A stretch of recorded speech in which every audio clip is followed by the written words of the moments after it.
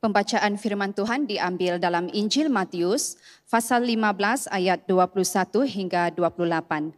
Injil Matius pasal 15 ayat 21 hingga 28. Lalu Yesus pergi dari situ dan menyingkir ke daerah Tirus dan Sidon. Maka datanglah seorang perempuan Kanaan dari daerah itu dan berseru, "Kasihanilah aku ya Tuhan, anak Daud, karena anakku perempuan kerasukan setan dan sangat menderita." Tetapi Yesus sama sekali tidak menjawabnya. Lalu murid-muridnya datang dan meminta kepadanya, "Suruhlah ia pergi, ia mengikuti kita dengan berteriak-teriak." Jawab Yesus, "Aku diutus hanya kepada domba-domba yang hilang dari umat Israel." Tetapi perempuan itu mendekat dan menyembah Dia sambil berkata, "Tuhan, tolonglah aku." Tetapi Yesus menjawab, "Tidak patut mengambil roti yang disediakan bagi anak-anak dan melemparkannya kepada anjing." Kata perempuan itu, "Benar Tuhan," namun anjing itu makan remah-remah yang jatuh dari meja tuannya. Maka Yesus menjawab dan berkata kepadanya, "Hai ibu, besar imanmu, maka jadilah kepadamu seperti yang kau kehendaki." Dan seketika itu juga anaknya sembuh. Demikianlah Injil Kristus.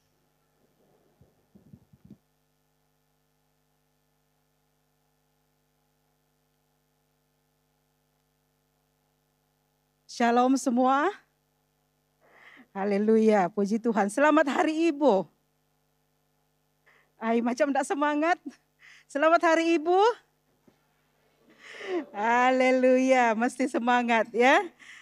Oke, puji Tuhan. Saya bersyukur pada hari ini untuk peluang untuk berkongsi bersama. Peluang ini yang diberikan oleh Bishop kita, Bishop John Yo.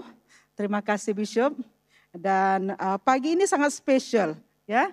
Hari Ibu kali ini sangat spesial karena di setiap kebaktian, baik kebaktian bahasa Inggris gabungan Inggris Cina, baik kebaktian HK dan BM, semua ibu-ibu yang menyampaikan firman Tuhan ya. Jadi sangat spesial sekali. Haleluya. Sudah lama tidak berdiri di pentas ini ya. Sudah lama tidak berdiri, lebih kurang 25 tahun yang lalu. Saya selalu juga berdiri di pentas ini, melayani dalam pujian penyembahan. Dan selepas itu berkawin, berpindah tempat pelayanan. Dan kemudian setelah memiliki 5 anak, dan kembali lagi di sini dan berdiri sekali lagi di tempat ini. Ya, tapi bukan lagi dalam pujian penyembahan, tetapi berkongsi bersama-sama tentang firman Tuhan. Haleluya. Sesuatu yang luar biasa, puji Tuhan. Dan saya juga bersyukur karena kebetulan sempena Hari Ibu. Ibu saya ada bersama-sama dengan kita pada pagi ini ya. Beliau datang dari Semenggaris dan bersama-sama dengan kita, dan saya sangat bersyukur kepada Tuhan. Tajuk firman Tuhan pada pagi ini adalah kuasa doa seorang ibu ya. Kuasa doa seorang ibu. Dan kita tidak perlu membaca lagi karena pembacaan telah dibaca. Oke, dengan pembacaan sebentar tadi ya. Dan saya ingin berkongsi sesuatu pada pagi ini ya. Saya ingin sempena Hari Ibu ini, saya ingin mengucapkan berbanyak-banyak terima kasih. Dan saya ingin menghargai beberapa orang yang mempunyai peranan yang sangat besar di dalam kehidupan kami pada masa kami masih muda-mudi ya, lebih kurang 30 tahun yang lalu.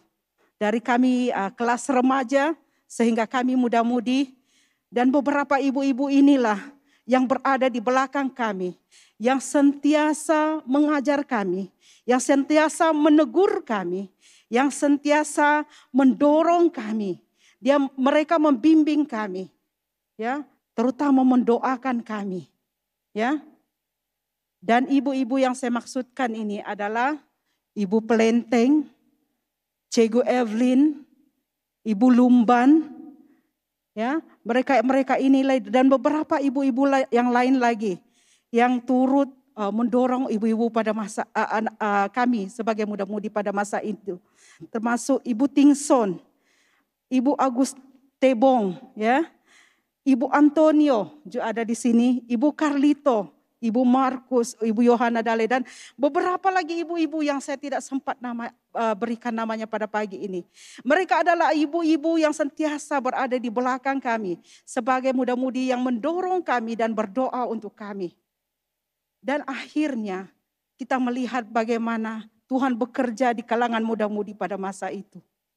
Ya, Tuhan bekerja dengan luar biasa di dalam pelayanan, di dalam kehidupan muda-mudi pada masa itu.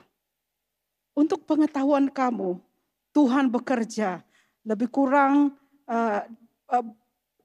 dari 25 tahun yang lalu. Ya, Tuhan sudah bekerja dalam kehidupan muda-mudi. Di mana kita melihat perkembangan yang luar biasa di dalam pelayanan muda-mudi pada masa itu.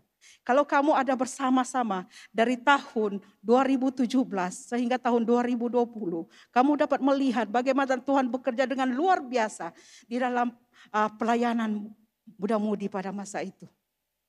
Ya. Dan saya ingat lagi seorang muda-mudi, ya, pada masa itu, sekarang sudah jadi ibu, ya. Seorang muda-mudi yang berjaya di dalam pendidikan pada masa itu. Muda-mudi kita yang pertama, ya, yang berjaya di dalam pendidikan, menamatkan pembelajarannya di peringkat university adalah Puan Hazel. Ya, Puan Hazel. Mungkin ada yang tidak mengenal Puan Hazel. Ya, dia sentiasa melayani juga di bagian depan sebagai backup singer. Dan selepas itu, Tuhan bekerja dengan luar biasa di dalam kehidupan muda-mudi. Sehingga pada tahun-tahun seterusnya, sudah ramai muda-mudi yang maju diberkati di dalam pendidikan. Dan juga dapat menamatkan pembelajaran mereka di peringkat yang lebih tinggi. Puji Tuhan. Dan akhirnya beberapa muda-mudi yang saya maksudkan, yang seangkatan dengan kami juga dipanggil sebagai hamba-hamba Tuhan. Kalau kamu melihat Reverend Jenry, kamu melihat Reverend Sabri, kamu melihat Reverend Samuel, Reverend Alwi, Reverend Hillary, mereka itu semua adalah individu yang pernah dibimbing oleh ibu-ibu ini. Mereka semua adalah individu yang pernah ditegur dan diajar oleh ibu-ibu ini. Yang pernah didoakan secara khusus oleh ibu-ibu ini. Dan sekarang kamu melihat mereka sudah melayani. Ya, juga saudari Christina, ya, sahabat saya. Dan mereka sekarang melayani.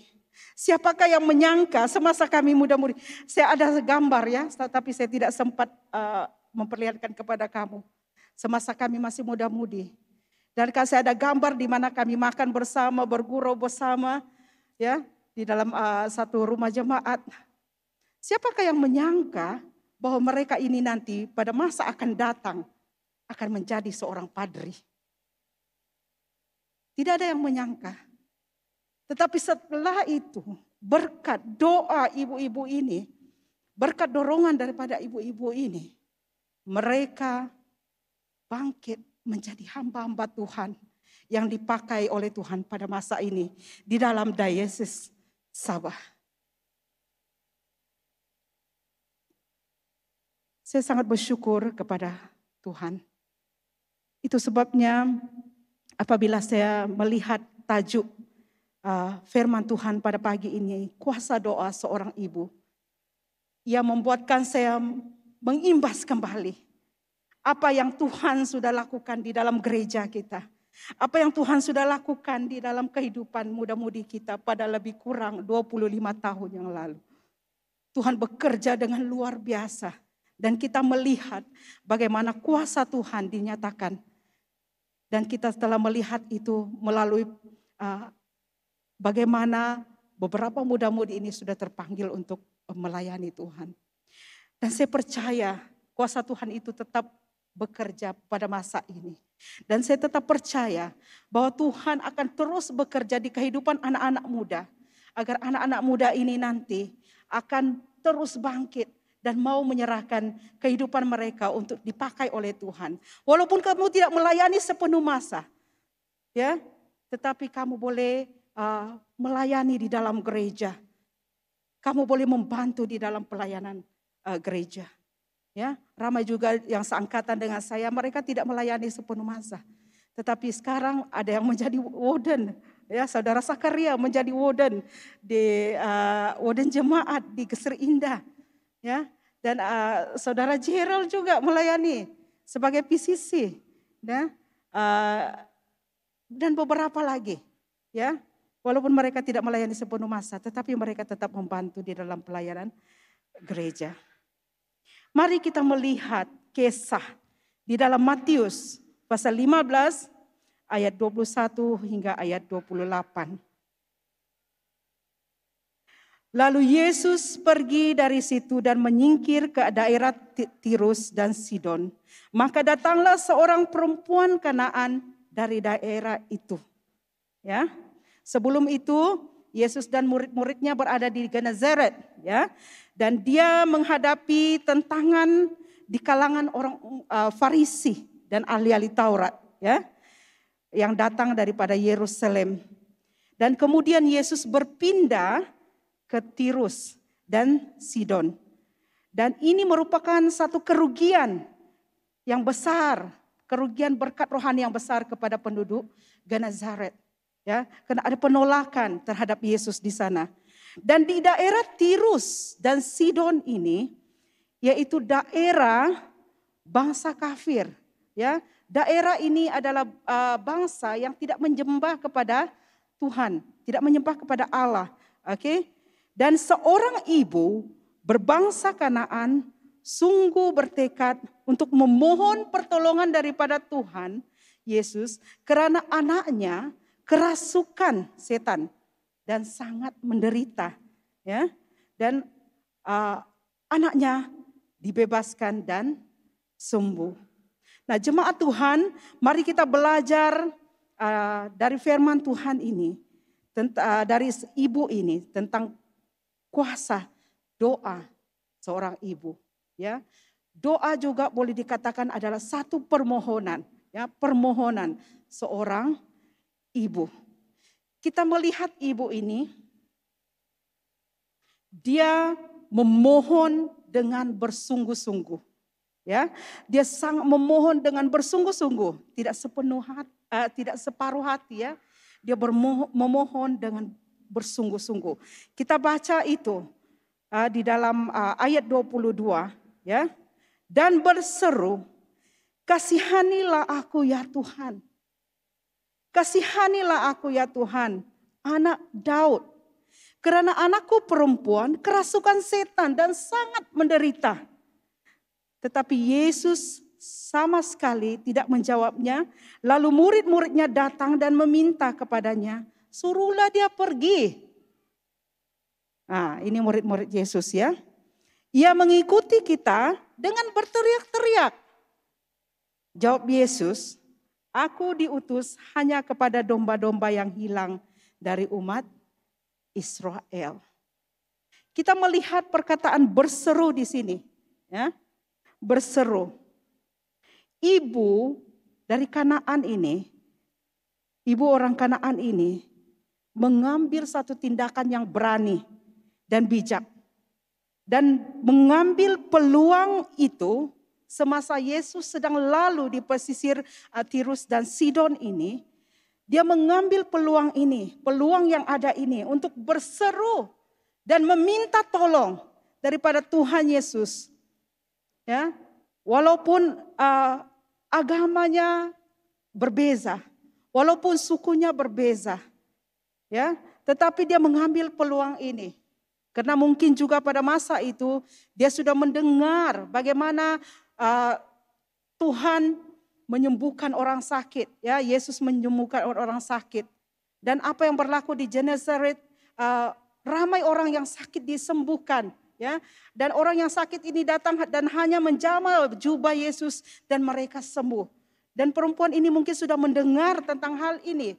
Jadi itu sebabnya semasa dia mengetahui bahwa Yesus lalu di persisiran Tirus dan Sidon ini, dia mengambil peluang ini dengan sebaik-baiknya. Ya, dia mengambil peluang ini dengan sebaik-baiknya dan berseru. Dia meminta pertolongan dari Tuhan Yesus. Ya. Bagaimana dia berseru? Kasihanilah aku. Kalau kita berseru, kasihanilah aku. Begitukah? Kasihanilah aku. Tolonglah ba. Tidak. Ibu ini dia berseru, ya. Mungkin mungkin masa itu ramai orang di sana, tetapi dia berteriak, kasihanilah aku.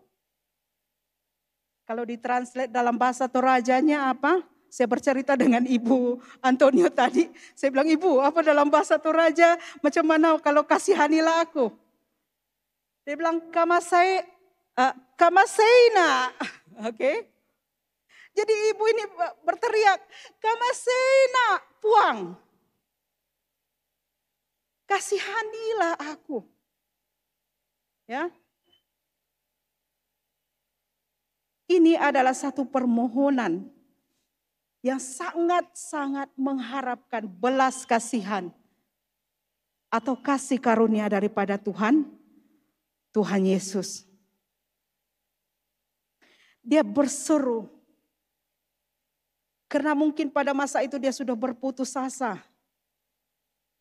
Karena mungkin juga ya dia sudah puas untuk meminta beberapa orang di kawasan daerahnya untuk merawat anaknya. Mungkin juga meminta para dewa-dewa yang mereka sembuh untuk menyembuhkan anaknya. Tapi tidak pandai sembuh-sembuh. Ya, itu sebabnya dia datang kepada Yesus. Kasihanilah aku. Dia sangat mengharapkan belas kasihan Tuhan. Demi kasihnya kepada anaknya.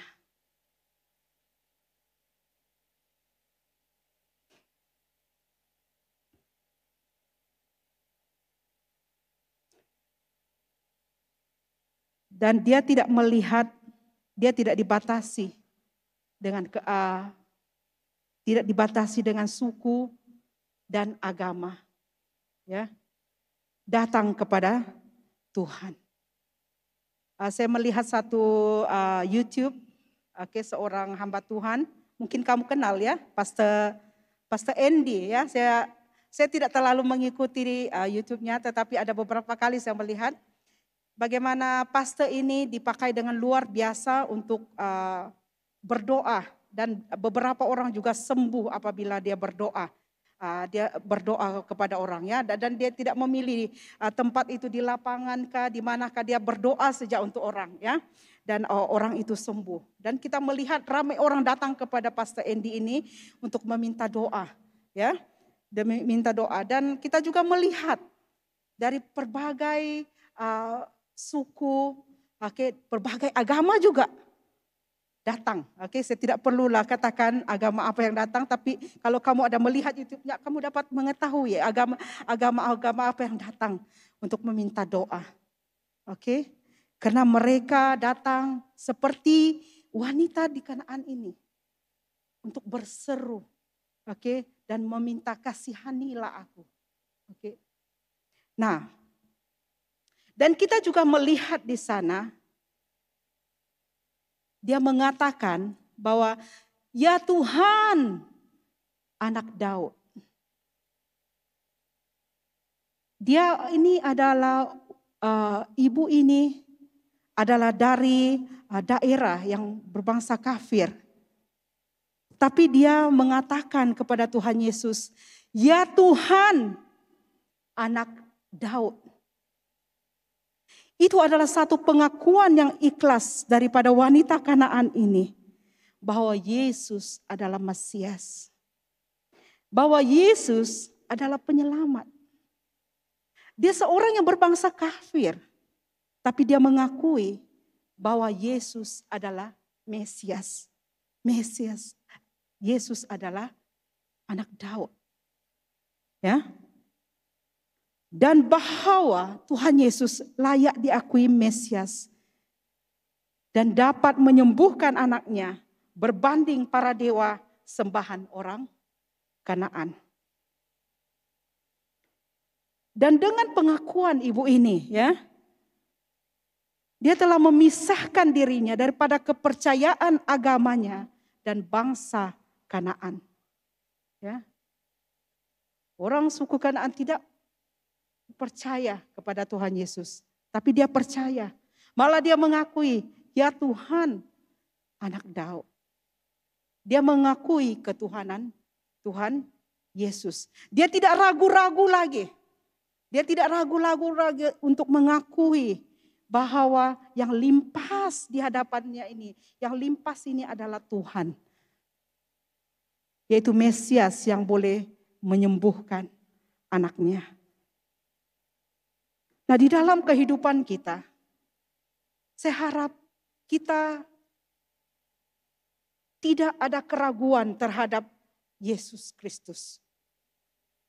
Tidak ada keraguan terhadap ketuhanan Yesus Kristus. Mungkin kita katakan, saya selalu datang kebaktian. Saya selalu melayani di hadapan. Tetapi ada juga, walaupun selalu datang kebaktian, selalu melayani di hadapan, tetapi masih ragu akan imannya kepada Tuhan Yesus. Dan ini sangat bahaya. Apabila di dalam kehidupan kita ada keraguan, ini akan menghalang perhubungan yang intim antara kita dengan Tuhan. Apabila kita ada keraguan terhadap Tuhan Yesus, dia juga menghalang kita untuk maju di dalam kehidupan kerohanian kita. Sehingga kehidupan kerohanian kita begitu-gitu saja. Tidak ada kemajuan.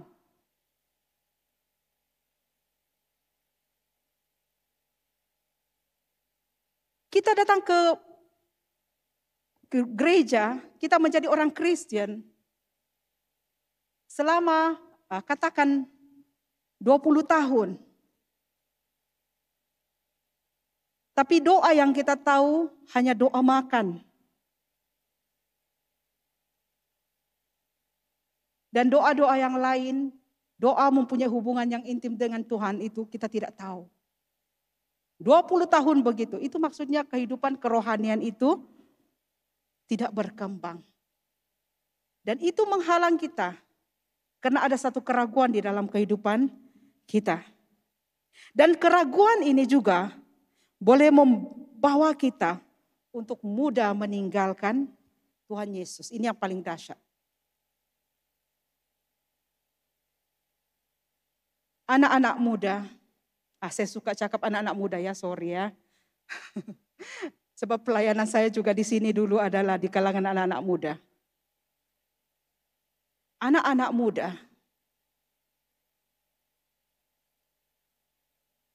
apabila kamu melayani di hadapan dan kamu bersemangat dengan luar biasa, itu adalah satu sukacita yang sangat besar. Tapi yang sangat menyakitkan adalah apabila satu hari nanti kamu meninggalkan Tuhan Yesus.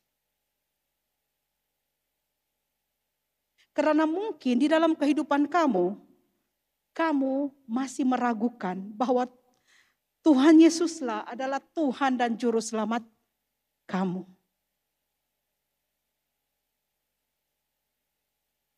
Sejak saya di dalam pelayanan muda-mudi di dalam gereja St. Patrick, ada beberapa orang sudah yang meninggalkan Tuhan Yesus.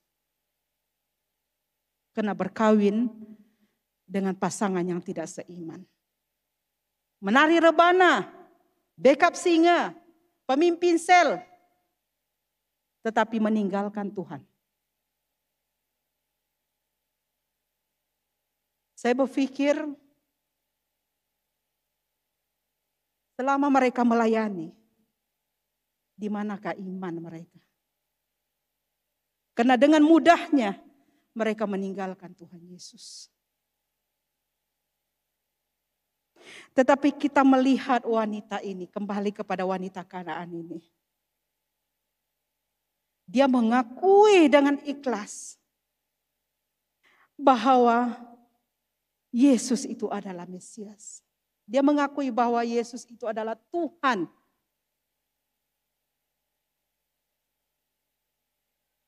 Nah, namun permohonan perempuan ini, kalau kita baca selanjutnya, namun permohonan wanita ini, ibu ini, harus diuji di hadapan muridnya. Dan ternyata bahwa bangsa lain juga layak mendapat anugerah keselamatan daripada Tuhan. Kita melihat ayat 24. Jawab Yesus kepada murid-muridnya, "Aku diutus hanya kepada domba-domba yang hilang dari umat Israel." Maksudnya hanya untuk kaum Israel. Oke? Dia diutus untuk orang suku kaum Israel.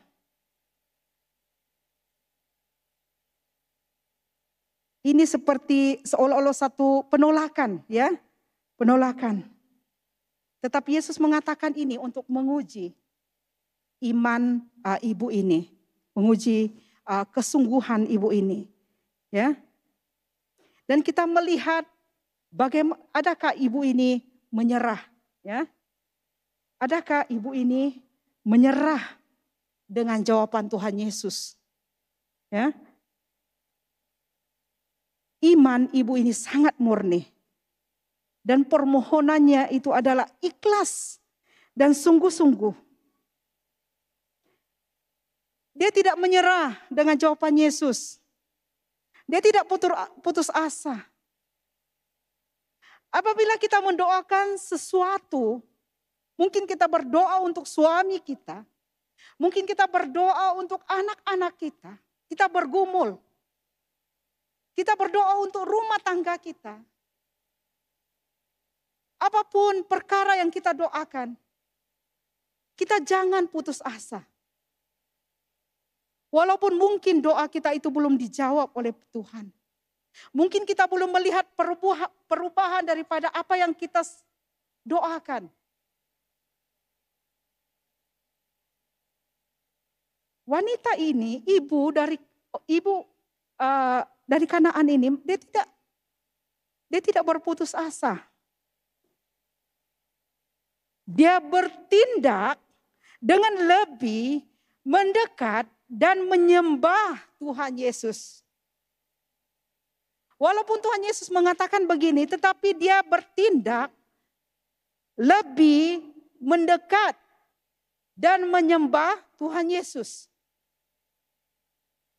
Itu adalah poin kita yang kedua pada pagi ini, ya. Yaitu hati yang mendekat dan menyembah. Kita baca di dalam ayat 25. Tetapi perempuan itu mendekat dan menyembah dia sambil berkata, "Tuhan, tolonglah aku." Tetapi Yesus menjawab, "Tidak patut mengambil roti yang disediakan bagi anak-anak dan melemparkannya kepada anjing." Kata perempuan itu, "Benar Tuhan. Namun anjing itu makan remah-remah yang jatuh dari meja tuannya." Nah, saya ingin membawa kita sedikit kepada hati yang mendekat dan menyembah kepada Tuhan, ya. Ini ada saling kaitan. Hati yang mendekat kepada Tuhan akan membawa kita untuk menyembah kepada Tuhan.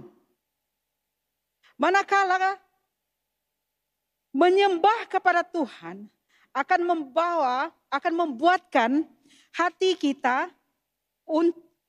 untuk mendekat kepada Tuhan. Ya, boleh paham? Dapat tangkap juga?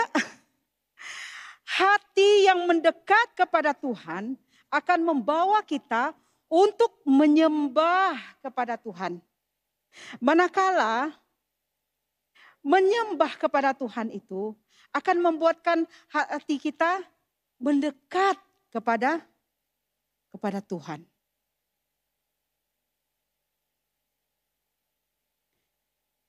Itu sebabnya kalau kita datang kepada Tuhan, kita masuk di dalam gereja ini, kita mulai menyembah Tuhan. Saya tidak tahu kalau kita ada merasa, tetapi saya selalu merasa ya. Apabila kita menyembah kepada Tuhan, kita dapat merasakan hadirat Tuhan itu. Dan itu menyentuh kita. Dan sehingga beberapa kali saya merasa menangis apabila menyembah Tuhan. Mengangkat tangan tanpa menghiraukan kiri kanan. Ya. Apabila hati kita mendekat kepada Tuhan dan kita menyembah kepada Tuhan, kita tidak perlu melihat adakah orang lain juga menyembah kepada Tuhan. Atau selama ini kita melihat, kita mau mengangkat tangan kita ya tinggi-tinggi. Tapi di sebelah enggak angkat tangan, malulah. Kita melihat orang semua tidak angkat tangan, takkanlah aku sendiri yang mengangkat tangan. Nanti orang bilang aku terlampau rohani. Tetapi apabila kita menyembah, mendekat, hati kita mendekat kepada Tuhan dan kita menyembah. Dan apabila Tuhan kita dapat merasakan urapan daripada Tuhan itu melalui penyembahan kita. Apabila kamu digerakkan untuk mengangkat tangan, angkat tangan. Angkat tangan menyembah Tuhan. Tidak perlu melihat ke kiri dan ke kanan, adakah orang lain menyembahkah, tidakkah, mengangkat tangankah, tidak perlu. Karena itu antara kamu dan Tuhan. Ya. Mendekat dan menyembah. Ini adalah tindakan kasih hati seorang ibu untuk anaknya. Dan karena kasih dari hati seorang ibu ini membawa ibu yang berbangsa Kanaan ini lebih mendekatkan diri kepada Tuhan. Dan menyembah Tuhan Yesus. Dan sekali lagi dia merayu kepada Tuhan ya. Masih di dalam ayat 25. Tuhan, tolonglah aku. Ya, dia merayu sekali lagi. Tuhan, tolonglah aku. Rayuan dan kata-kata doa permohonan seorang ibu bagi anak yang dikasihnya. Tuhan, tolonglah aku.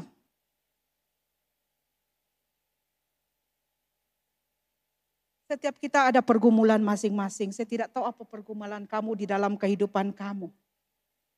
Kami di dalam keluarga kami juga, kami ada pergumulan. Dan kita harus datang kepada Tuhan. Tuhan, tolonglah aku. Saya masih ingat pada tahun 2017, semasa Reverend Sama Madin sakit. Pada masa itu dia sakit sangat tenat sekali. Ya. Dia dimasukkan ke dalam ward hospital Beluran dan ditahan di sana selama 5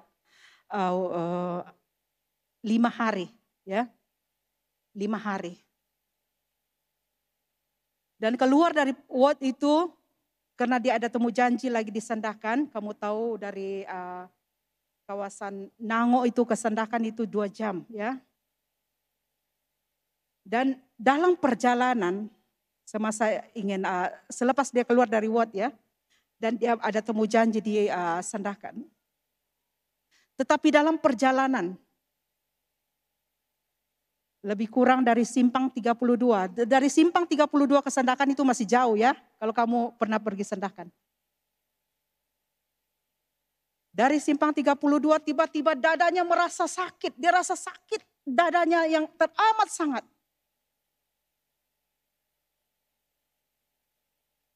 Dan kami yang tolong memandu, ada jemaat yang tolong memandu ya. Sebab selepas Reverend sakit, dia jarang memandu sendiri. Dan ada orang yang tolong memandu. Yang tolong memandu pun berusaha untuk laju sedikit. Dan pada saat masa itu, kami terus pergi ke kecemasan di Sandakan, Hospital Sandakan. Kami terus pergi ke sana. Dan di sanalah, di luar wad kecemasan itu saya berdoa. Saya berseru kepada Tuhan. Saya katakan, Tuhan belum masanya.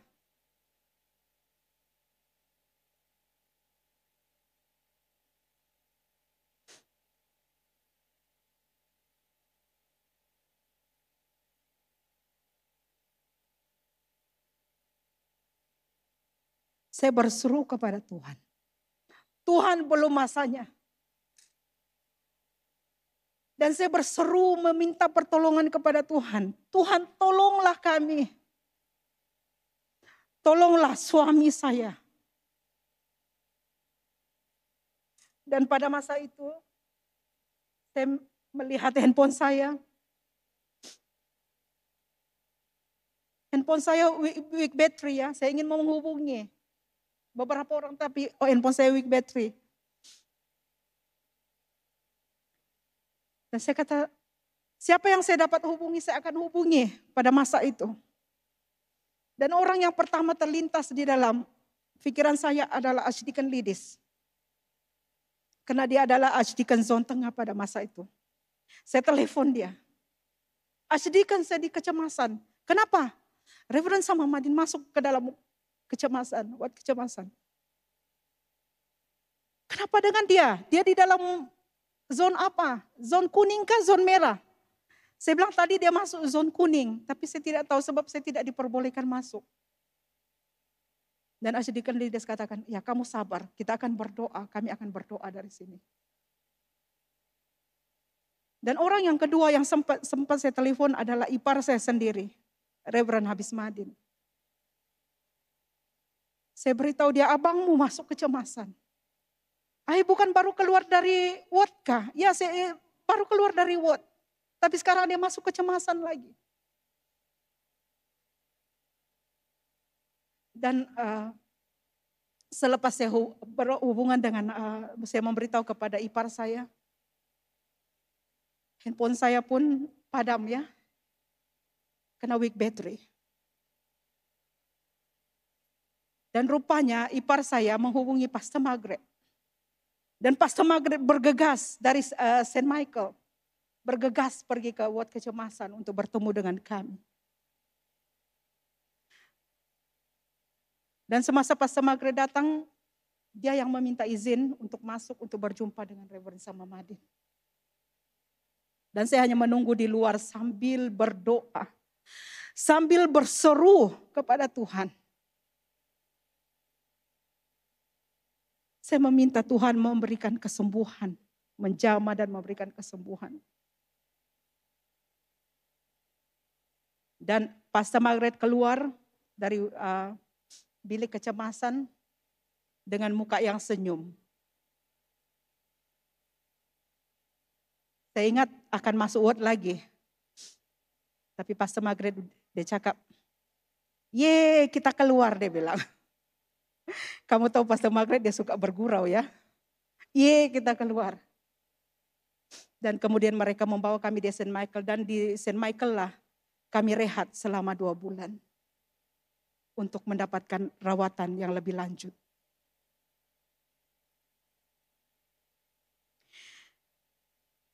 Jadi kita boleh datang kepada Tuhan seperti wanita Kanaan ini. Tuhan, tolonglah aku. Apapun jenis pergumulan di dalam kehidupan kamu. Datang kepada Tuhan dengan sungguh-sungguh, Tuhan tolonglah aku. Jadi yang mustahil. Dan Tuhan akan menolong. Tetapi Tuhan Yesus menguji wanita ini sekali lagi. Dan mengatakan di dalam ayat 27. Di dalam ayat 26. Tidak patut mengambil roti yang disediakan bagi anak-anak dan melemparkan kepada anjing. Dan apabila Tuhan Yesus mengatakan ini kepada wanita ini, maka hasilnya terungkap satu pengakuan yang murni, bijak, dan rendah hati dari perempuan Kanaan ini. Dan dia membalas kembali kepada Tuhan Yesus dan mengatakan, benar Tuhan, namun anjing itu makan remah-remah yang jatuh dari meja tuannya. Nah, apakah maksud kedua-dua ujian tersebut? Ianya menjadi satu pelajaran bagi murid-murid Tuhan Yesus. Termasuk juga orang Kristen kita pada masa ini. Apakah ada iman sejati seperti iman dari ibu Kanaan ini? Di kalangan ibu-ibu orang Yahudi pada masa itu. Dan adakah itu juga, adakah iman sejati itu juga ada di kalangan orang-orang Kristen pada masa kini? Suku, kedudukan dalam masyarakat dan keagamaan bukanlah ukuran kelayakan, melainkan iman yang sesungguhnya, ya, murni, yang dibenarkan dan diberkati di hadapan Tuhan. Iman yang sungguh-sungguh itulah yang dibenarkan dan diberkati di hadapan Tuhan. Kita harus ada iman sebagai seorang Kristen. Kita harus ada iman yang benar di hadapan Tuhan. Iman adalah umpama kunci untuk masuk ke dalam kerajaan surga. Teringat pula masa latihan LP3 dulu. Ini adalah salah satu yang kami harus hafal. Iman adalah kunci, umpama kunci untuk masuk ke dalam kerajaan surga. Kita harus ada iman yang benar. Kalau ada satu pintu dan kita membuka dengan kunci sembarang, tidak boleh buka. Harus ada kunci yang benar. Baru pintu itu akan terbuka. Dan kita melihat akhirnya apakah jawaban Tuhan Yesus terhadap doa ataupun permohonan ibu bangsa Kanaan ini. Kita melihat poin nomor 3, doanya diperkenan oleh Tuhan Yesus. Di dalam ayat 28, maka Yesus menjawab dan berkata kepadanya, "Hai ibu, besar imanmu. Maka jadilah kepadamu seperti yang kau kehendaki." Dan seketika itu juga anaknya sembuh. Beri kemuliaan kepada Tuhan. Haleluya.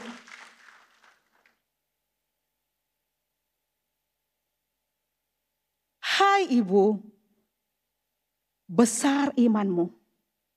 Kepercayaan dari seorang ibu bukan Yahudi kepada Tuhan Yesus ini sangat mengagumkan. Kita mengharap agar ramai ibu-ibu yang memiliki iman yang benar, murni, ikhlas, dan bersungguh-sungguh. Terutama dalam jemaat kita sangat mengharapkan ini.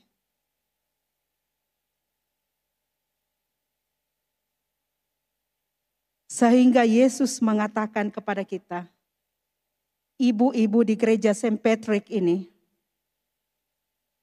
ibu-ibu yang berada di dalam rumah doa ini, yang menyembah di dalam rumah doa ini, besar imanmu. Haleluya. Amin. Woi, macam kurang aminnya. Adakah kita mau dikatakan seperti ini oleh Tuhan Yesus? Hai ibu, besar imanmu. Siapa yang mau? Ibu-ibu di sini, siapa yang mau Tuhan Yesus mengatakan hal begini kepada kamu? Angkat tangan. Haleluya, beri kemuliaan kepada Tuhan. Haleluya. Dan maka jadilah kepadamu seperti yang kau kehendaki. Kasih karunia Tuhan adalah pintu jawaban doa yang terbuka, yang diperhitungkan melalui iman yang sebenar. Iman dari ibu Kanaan ini, itulah yang Tuhan ingini.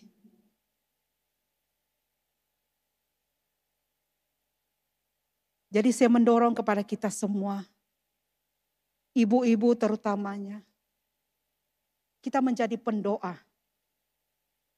Pendoa baik bagi suami kita, baik bagi anak-anak kita, baik keluarga kita. Kita menjadi pendoa. Selama pandemik beberapa tahun, adakah kita mengambil peluang ini? Kita hanya berada di rumah ya, satu keluarga. Dan ada beberapa kali kita benar-benar satu keluarga mesti ada di rumah. Tidak boleh keluar-keluar. Ada kita menggunakan peluang ini untuk bersekutu bersama-sama, berdoa bersama-sama.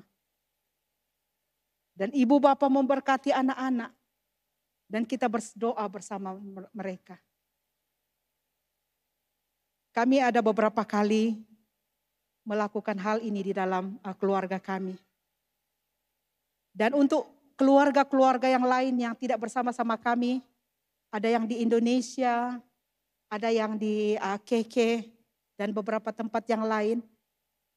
Ada beberapa kali kami bersama-sama menggunakan pautan Zoom untuk berdoa bersama-sama. Karena ini adalah sangat penting. Bagaimana kita membawa keluarga kita, membawa anak-anak kita untuk mendekatkan diri kepada Tuhan di dalam doa. Sebagai seorang ibu kepada hamba Tuhan, sebagai istri kepada hamba Tuhan, saya selalu berdoa apabila suami keluar untuk melayani. Karena kita tahu kalau kamu pernah pergi ke bagian pedalaman, terutama kawasan Pongut, bukan senang melayani di kawasan pedalaman ya. Banyak cabarannya.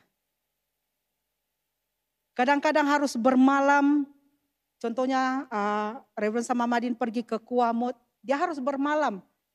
Lebih kurang 2 malam baru balik. Dan apabila dia kembali dia suka bercerita. Ya. Sebenarnya saya mau minta dia untuk berkongsi. Ya. Sementara kami di rumah berdoa, membawa anak-anak berdoa. Ya. Dia mempunyai cabaran-cabaran yang tertentu. Dan saya minta dia mengongsikan sedikit. Apakah cabaran-cabaran yang dia alami di dalam pelayanannya, sementara kami ya berdoa di rumah untuk beliau.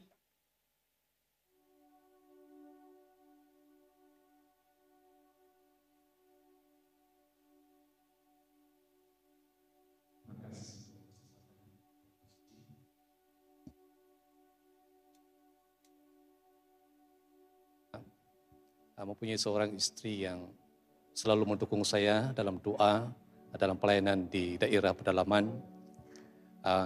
Untuk istri saya bukan mudah untuk mengikuti saya di daerah pedalaman. Walaupun saya sudah biasa dengan keadaan di pedalaman, tetapi sebetulnya saya khawatir mengenai istri saya dan juga anak-anak saya. Bila kami masuk dari kampung ke kampung, bermalam dari kampung ke kampung, satu perkara yang saya khawatiri ialah penyakit malaria. Karena ada banyak penduduk di pedalaman menghidapi penyakit malaria, dan itu adalah satu penyakit yang sangat bahaya. Dan kami mengucap syukur kepada Tuhan sebab istri saya selalu berdoa mengenai hal ini tentang kesehatan anak-anak saya. Dan puji Tuhan sampai sekarang ini kami bebas ataupun belum pernah mengidap penyakit malaria. Beri kemuliaan kepada Tuhan. Saya juga sering mengalami ancaman bahaya, dan satu contoh saja yang saya mau fungsikan ialah ketika saya menuruni satu bukit yang curam, kereta yang saya pandu itu meluncur dari atas bukit. Dan di kiri kanan itu adalah gaung yang dalam sekali, dan kalau terjatuh mungkin tidak ada sesiapa yang tahu saya akan jatuh di sana. Tetapi syukur kepada Tuhan karena kereta itu tiba-tiba berhenti. Dan bila saya balik ke rumah, istri saya sedang menunggu di kursi luar. Kira-kira jam 2 pagi saya sampai. Dan saya katakan kepada istri saya, syukur saya selamat kembali. Dan terima kasih sudah tentu kamu berdoa untuk saya. Dan inilah keperluan pendoa-pendoa daripada ibu-ibu. Tidak kira siapa suami kamu dan di mana saja suami kamu bekerja. Seorang suami sangat memerlukan dukungan doa daripada istrinya kepada ibu-ibu. Dan selain daripada itu juga mengenai pendidikan anak-anak saya, sebetulnya saya juga menginginkan pendidikan yang baik untuk mereka. Tetapi untuk di pedalaman, itu bukan mudah untuk mendapatkan akses pendidikan yang baik.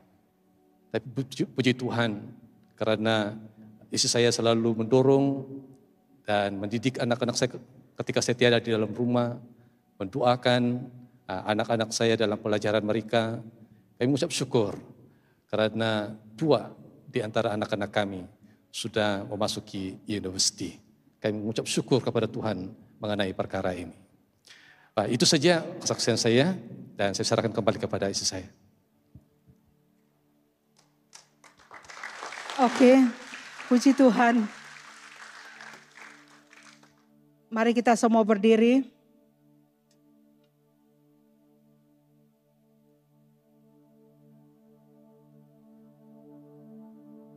Kita akan menyanyikan lagu ini, penyembahan ini. Dan pada masa ini saya ingin mendorong setiap kita, terutama ibu-ibu, kita datang kepada Tuhan seperti wanita Kanaan ini, ibu Kanaan ini. Kita berseru kepada Tuhan. Apakah pergumulan kita selama ini? Saya tidak tahu apa pergumulan kamu. Setiap kita ada pergumulan masing-masing. Kita datang kepada Tuhan. Kita datang kepada Tuhan. Dengan iman percaya kita. Kita berdoa, kita berseru kepada Tuhan. Katakan, Tuhan, kasihanilah aku. Mungkin kamu selama ini bergumul berdoa untuk suami. Mungkin selama ini kamu berdoa bergumul untuk anak-anakmu. Atau untuk keluargamu yang lain. Kita ambil masa ini, kita datang kepada Tuhan. Kita mau berseru kepada Tuhan. Kita berseru kepada Tuhan di dalam rumah doa ini. Tempat kita berdiri ini adalah rumah doa. Kita datang kepada Tuhan, kita berseru kepada Tuhan. Membawa persoalan-persoalan hidup kita. kepada Tuhan. Berdoa bagi keluarga kita. Kita menyerahkan kepada Tuhan. Mari kita menyembah Tuhan. Sementara kita menyembah Tuhan, kita juga berdoa kepada Tuhan. Sementara pasukan pujian membawa kita menyembah Tuhan, kamu boleh berdoa kepada Tuhan, mengambil peluang ini seperti wanita ini, dia mengambil peluang untuk berseru kepada Tuhan. Kita mengambil peluang ini untuk berseru kepada Tuhan di dalam rumah doa ini. Haleluya Yesus. Oh, Rabashandara Kidiara.